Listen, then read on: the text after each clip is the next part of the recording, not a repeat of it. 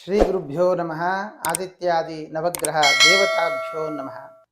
ಪ್ರತಿ ತಿಂಗಳ ಹಾಗೆ ಈ ಆಗಸ್ಟ್ ತಿಂಗಳಲ್ಲಿ ವೃಶ್ಚಿಕ ರಾಶಿಯವರ ಆಗುಹೋಗುಗಳು, ಗೋಚಾರದಲ್ಲಿ ಏನು ಫಲಾಫಲಗಳು ಕಂಡು ಬರ್ತಾ ಇದೆ ಅನ್ನುವ ಎಲ್ಲ ವಿಷಯಗಳನ್ನು ನಾವು ನೋಡೋಣ.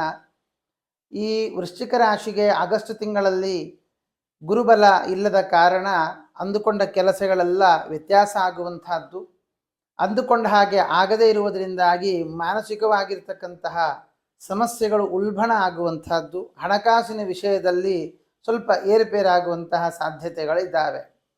ಆದರೆ ಈ ಆಗಸ್ಟ್ ಮಾಸದಲ್ಲಿ ಬರತಕ್ಕಂತಹ ಹಬ್ಬಗಳ ರಾಜ ಮಾಸ ಇದು ಶ್ರಾವಣ ಮಾಸ ಇರುವುದರಿಂದಾಗಿ ವಿಶೇಷವಾಗಿ ನಾವು ಈ ಮಾಸದಲ್ಲಿ ಆಗಸ್ಟ್ ತಿಂಗಳಲ್ಲಿ ಲಕ್ಷ್ಮಿಯ ಆರಾಧನೆಯನ್ನು ವೃಶ್ಚಿಕ ರಾಶಿಯವರು ಹೆಚ್ಚಾಗಿ ಮಾಡುವುದರಿಂದ, ಕೇವಲ ಲಕ್ಷ್ಮಿ ಅಲ್ಲ, ಲಕ್ಷ್ಮೀನಾರಾಯಣರ ಪೂಜೆಯನ್ನು, ಲಕ್ಷ್ಮೀನಾರಾಯಣರ ಆರಾಧನೆಯನ್ನು ನಾವು ಹೆಚ್ಚಾಗಿ ಮಾಡುವುದರಿಂದಾಗಿ ಹಣಕಾಸಿನಲ್ಲಿ ಬರತಕ್ಕಂತಹ ಎಲ್ಲ ಸಮಸ್ಯೆಗಳಿಂದ ದೂರ ಆಗಬಹುದು. ಅದಕ್ಕೆ ಕಾರಣ ಈ ವೃಶ್ಚಿಕ ರಾಶಿಯಿಂದ ಅಷ್ಟಮದಲ್ಲಿ 8ರಲ್ಲಿ ಗುರು ಇದ್ದರೂ ಈ 9ರ ಚಂದ್ರ ಕರ್ಮಸ್ಥಾನದಲ್ಲಿ, ಶುಕ್ರ 9ರಲ್ಲಿ ಬರುವ ಕಾರಣ, ಅವನು ಸಪ್ತಮಾಧಿಪತಿ ಆಗಿರುವ ಕಾರಣ ಹಣಕಾಸಿನ ವಿಷಯದಲ್ಲಿ ಬರಬಹುದಾದ ಎಷ್ಟೋ ಸಮಸ್ಯೆಗಳನ್ನು ನಿಮ್ಮ ಉಪಾಸನೆಯಿಂದ, ನಿಮ್ಮ ಆರಾಧನೆಯಿಂದ, ನೀವು ಮಾಡತಕ್ಕಂತಹ ಪೂಜೆಗಳಿಂದಾಗಿ ಅದನ್ನು ದೂರ ಮಾಡಬಹುದು. ಆದ್ದರಿಂದ ಪ್ರತಿ ದಿವಸ ಈ ಮಾಸದಲ್ಲಿ ಪ್ರತಿ ದಿವಸ ನೀವು ಮಹಾಲಕ್ಷ್ಮಿಯ ಉದ್ದೇಶವಾಗಿ ತುಪ್ಪದ ದೀಪವನ್ನು ಹಚ್ಚಿ ಲಕ್ಷ್ಮೀ ಹೃದಯ ಅಥವಾ ಲಕ್ಷ್ಮೀ ಶೋಭಾನ ಅಥವಾ ಲಲಿತಾ ಸಹಸ್ರನಾಮ ಹೀಗೆ ದೇವಿಯ ಸ್ತೋತ್ರಗಳನ್ನು ಅಥವಾ ದೇವಿಯ ಅಷ್ಟೋತ್ತರಗಳನ್ನು ಮಾಡಿಕೊಳ್ಳುವುದರಿಂದಾಗಿ ಬರಬಹುದಾದ ಹಣಕಾಸಿನ ಸಮಸ್ಯೆಗಳನ್ನು ದೂರ ಮಾಡಿಕೊಳ್ಳಬಹುದು. ಇನ್ನು ವಿದ್ಯಾರ್ಥಿಗಳು ಯಾರಿದ್ದೀರಿ, ವೃಶ್ಚಿಕ ರಾಶಿಯ ವಿದ್ಯಾರ್ಥಿಗಳಿಗೆ ವಿದ್ಯಾಭ್ಯಾಸದಲ್ಲಿ ನಮಗೆ ಕೆಲವೊಂದಿಷ್ಟು ಸಮಸ್ಯೆಗಳು ಉಲ್ಬಣ ಆಗುತ್ತೆ. ಆದರೂ ಸ್ನೇಹಿತರ ಸಹವಾಸದಿಂದಾಗಿ ಆ ಎಲ್ಲ ಸಮಸ್ಯೆಗಳನ್ನು ಪರಿಹಾರ ಮಾಡಿಕೊಳ್ಳಬಹುದು.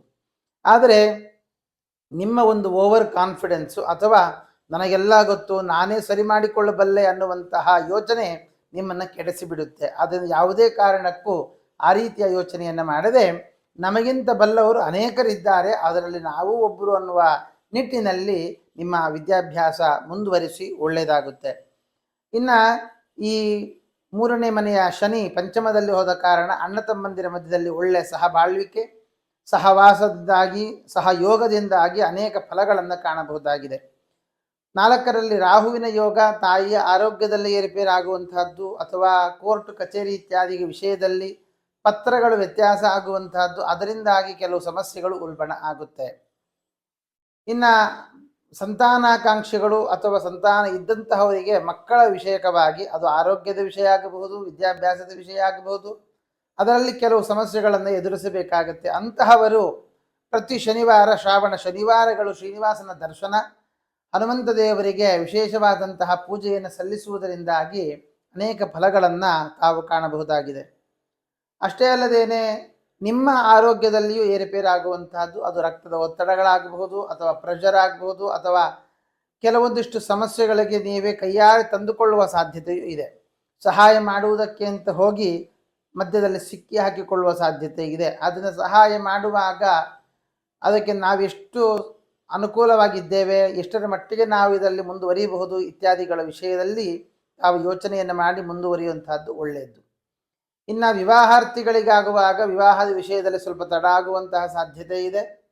ಅದರಲ್ಲಿ ಪ್ರಧಾನವಾಗಿ ಈ 7ರ ಶುಕ್ರ 9ರಲ್ಲಿ ಇರುವ ಕಾರಣ ಇಷ್ಟಪಟ್ಟವರು ದೂರ ಆಗುವಂತಹದ್ದು ಅಥವಾ ತಾವು ಇಷ್ಟಪಡುವಾಗಲೇ ಇನ್ನೊಂದು ಸಂಬಂಧಗಳು ಬರುವಂತಹದ್ದು, ಆವಾಗ ಒಂದಿಷ್ಟು ಮಾನಸಿಕವಾಗಿ ಭಿನ್ನಾಭಿಪ್ರಾಯಗಳು ಬರುವಂತಹ ಸಾಧ್ಯತೆ ಎಲ್ಲ ಇದೆ. ಆದ್ದರಿಂದ ಸರಿಯಾದ ವಿವೇಚನೆಯಿಂದ ವಿವಾಹದ ವಿಷಯದಲ್ಲಿ ಮುಂದುವರಿಯುವಂತಹದ್ದು ಒಳ್ಳೆಯದು. ಜೊತೆಯಲ್ಲಿ ವಿವಾಹ ಆದಂತಹ ವ್ಯಕ್ತಿಗಳಿಗೂ ಕೂಡ ಅಪವಾದಗಳು ಬರುವ ಸಾಧ್ಯತೆ ಇದೆ. ಆದ್ದರಿಂದ ತುಂಬ ಜಾಗೃತೆಯಾಗಿ ನೀವು ಮುಂದುವರಿಯುವಂತಹದ್ದು ಅಥವಾ ಜಾಗೃತೆಯಲ್ಲಿ ಇರುವಂತಹದ್ದು ಒಳ್ಳೆಯದು. ಯಾವ ರೀತಿಯಾದ ಜಾಗ್ರತೆ ಅಂತಂದರೆ, ಮಾತನಾಡುವಾಗ ಮಿತಿ ಇರುವಂತಹದ್ದು, ಯಾರ ಹತ್ತಿರ ಎಷ್ಟು ಮಾತನಾಡಬೇಕು ಅನ್ನುವ ನಿಟ್ಟಿನಲ್ಲಿ ನಿಮ್ಮ ಮಾತುಗಳು ಇರುವಂತಹದ್ದು, ಜೊತೆಗೆ ವಿಶೇಷವಾಗಿ ಲಕ್ಷ್ಮೀನಾರಾಯಣರ ಆರಾಧನೆ, ಲಕ್ಷ್ಮೀನಾರಾಯಣರ ಪೂಜೆಯನ್ನು ನಡೆಸುವುದರಿಂದಲೂ ಕೂಡ ಎಲ್ಲ ಸಮಸ್ಯೆಗಳು ಪರಿಹಾರವಾಗುತ್ತೆ. ಅಷ್ಟೇ ಅಲ್ಲದೇನೆ ಕರ್ಮಾರ್ಥಿಗಳು ಜಾಬ್ ಸಿಕ್ಕಿಲ್ಲ, ಜಾಬ್ ಸಂಬಂಧಪಟ್ಟ ಹಾಗೆ ಸಮಸ್ಯೆಗಳಿದೆ ಅಂತ ನೋಡುವಾಗ ಖಂಡಿತ ಜಾಬ್ ಇಲ್ಲದವರಿಗೆ ಜಾಬ್ ಸಿಕ್ಕುವಂತಹದ್ದು ಸ್ವಲ್ಪ ತಡವಾಗುತ್ತೆ. ಜಾಬಿನಲ್ಲಿ ಇರುವಂತಹವರಿಗೂ ಕೂಡ ಎಲ್ಲೋ ಒಂದು ಕಡೆಯಲ್ಲಿ ನಮ್ಮನ್ನು ತೆಗೆದು ಹಾಕ್ತಾರೇನೋ ಅನ್ನುವಂತಹ ಒಂದು ಭಯ ಆವರಿಸಿಕೊಳ್ಳುತ್ತೆ. ಆದರೆ ನೀವು ರುದ್ರದೇವರಿಗೆ ರುದ್ರಾಭಿಷೇಕವನ್ನು ನಡೆಸುವುದರಿಂದ ಮತ್ತು ನಿಮ್ಮ ಕೆಲಸದಲ್ಲಿ ಹಾನೆಸ್ಟ್ ಆಗಿ ನಾವು ಕೆಲಸವನ್ನು ಮಾಡಿಕೊಂಡು ಹೋಗುವುದರಿಂದ ನಾವು ಆ ಕೆಲಸದಲ್ಲಿ ಗಟ್ಟಿಯಾಗಿ ಸ್ಥಿರವಾಗಿ ನಿಂತುಕೊಳ್ಳುವಂತಹ ಸಾಧ್ಯತೆ ಹೆಚ್ಚಿದೆ. ಆದರೆ ನಾನು ಮಾಡಿದ್ದೇ ಸರಿ ಅನ್ನುವ ಒಂದು ಧೋರಣೆ ಅದು ನಿಮ್ಮನ್ನು ಕೆಳಗೆ ಹಾಕುವ ಸಾಧ್ಯತೆ ಇದೆ. ಆದ್ದರಿಂದ ಕೆಲಸದಲ್ಲಿ ತುಂಬ ಜಾಗೃತೆಯಾಗಿ ಇರುವಂತಹದ್ದು ಒಳ್ಳೆಯದು. ಇನ್ನು 11ರಲ್ಲಿ ಕುಜನ ಯೋಗ, ಲಗ್ನಾಧಿಪತಿ 11ರಲ್ಲಿರುವ ಕಾರಣ ಹೆಚ್ಚಿನ ಹಣ ಸಂಪಾದನೆ ಮಾಡಬೇಕು, ನಾನು ಎಲ್ಲರಿಂದ ಮುಂದೆ ಹೋಗಬೇಕು ಅನ್ನುವಂಥದ್ದು ನಮ್ಮನ್ನು ಎಲ್ಲೋ ಒಂದು ಕಡೆಯಲ್ಲಿ ಅತಿಯಾದ ಆಸೆಗೆ ಗುರಿಪಡಿಸಿ ಕೆಟ್ಟ ಕೆಲಸವನ್ನು ಮಾಡಿಸುವ ಸಾಧ್ಯತೆ ಇದೆ. ಚನ್ನಪಾಪಃ ಅಳಿಜಾತಃ ಅನ್ನುವಂತಹ ಮಾತಿನ ಪ್ರಕಾರವೂ ಕೂಡ ಎಲ್ಲೋ ಒಂದು ಕಡೆಯಲ್ಲಿ ಯಾರಿಗೂ ಗೊತ್ತಾಗುವುದಿಲ್ಲ ನಾನು ಏನು ತಪ್ಪು ಮಾಡಿದ್ರು ಅನ್ನುವ ರೀತಿಯಲ್ಲಿ ಮನಸ್ಸು ಮುಂದುವರಿಯುತ್ತೆ. ಆದರೆ ಆ ಮನಸ್ಸಿಗೆ ನಿಮ್ಮನ್ನು ಬಲಿ ಕೊಡಬೇಡಿ. ಯಾವುದೇ ಕಾರಣಕ್ಕೂ ಯಾವುದು ಸರಿ, ಯಾವುದು ನ್ಯಾಯವಾಗಿದೆ ಆ ರೀತಿಯಲ್ಲಿ ನೀವು ಮುಂದುವರಿಯುವಂತಹದ್ದು ಬಹಳ ಒಳ್ಳೆಯದು.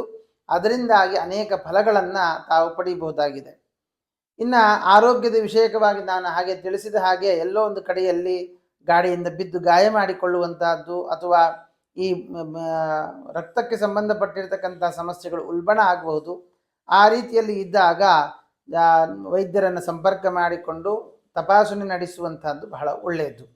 ಒಟ್ಟಾರೆ ವೃಶ್ಚಿಕ ರಾಶಿಯವರಿಗೆ ಪ್ರಾಣದೇವರ, ಮುಖ್ಯ ಪ್ರಾಣದೇವರ ವಿಶೇಷವಾದ ಆರಾಧನೆ, ಲಕ್ಷ್ಮೀನಾರಾಯಣರ ವಿಶೇಷವಾದ ಆರಾಧನೆಯಿಂದ ಅನೇಕ ಸಮಸ್ಯೆಗಳನ್ನು ದೂರ ಮಾಡಿಕೊಳ್ಳಬಹುದು.